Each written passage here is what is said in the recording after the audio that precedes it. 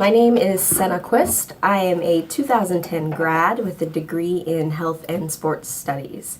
When I first got to Miami, I was a biochem major. I was ready to be some amazing surgeon, and I thought that's the only way I could do it. And it took me about 2 weeks to realize that I wasn't good at chemistry and I didn't really like it anyway.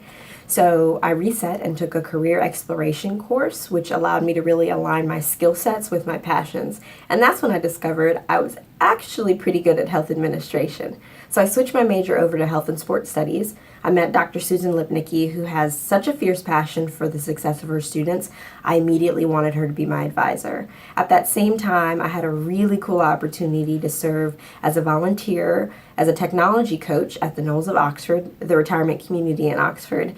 And I was paired with a couple, and I got to teach them how to use their cell phones, how to upload photos to their grandkids, how to reply to emails. It was a lot of fun. I just enjoyed being around that population. So after a little bit of thinking, I went back to Dr. Lipnicki and I asked her, is it possible to be a healthcare administrator at a retirement community? And she said, well, of course it's possible, but if it wasn't, you could make it up. And that's one of the things I loved about being in Miami. If your career trajectory isn't what's typical or traditional, it doesn't mean it can't be. And you just have to find the right people and have the right imagination, and you can make it happen. So after graduation, I decided to pursue a Master's of Health Services Administration at Xavier University, and I was fortunate enough to join Life Care Services, a management company that manages about 120 plus retirement communities all over the United States.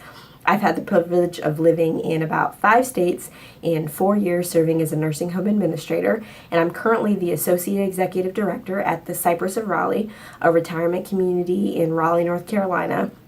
People often ask me, aren't your days sad?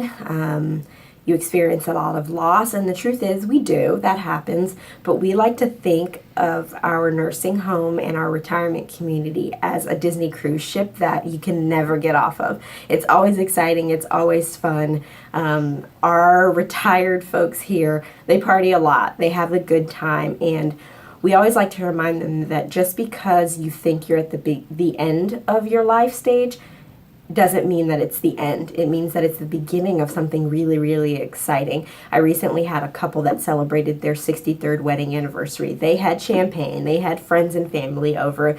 It was just really, really exciting for them. And so, no, this job isn't sad every single day. It's exciting and fun, and it's absolutely rewarding, and I'm so thankful I have the opportunity to do this. I would really like to thank the Alumni Association for selecting me for this year's cohort for 18 of the last 9. There are some incredible Miami graduates, and I am just absolutely honored to be selected this year and to be amongst this incredible group of people that you've brought back this year. I'd also like to thank my sister, Selim, for being gracious enough to nominate me. She's always been my rock and my biggest support, and I absolutely love you and thank you so much. I'd also like to thank Dr. Lipnicki, because I'm not sure I'd be here without you, and my friends and family that continue to support me before, during, and after my time in Miami. Love and honor, always.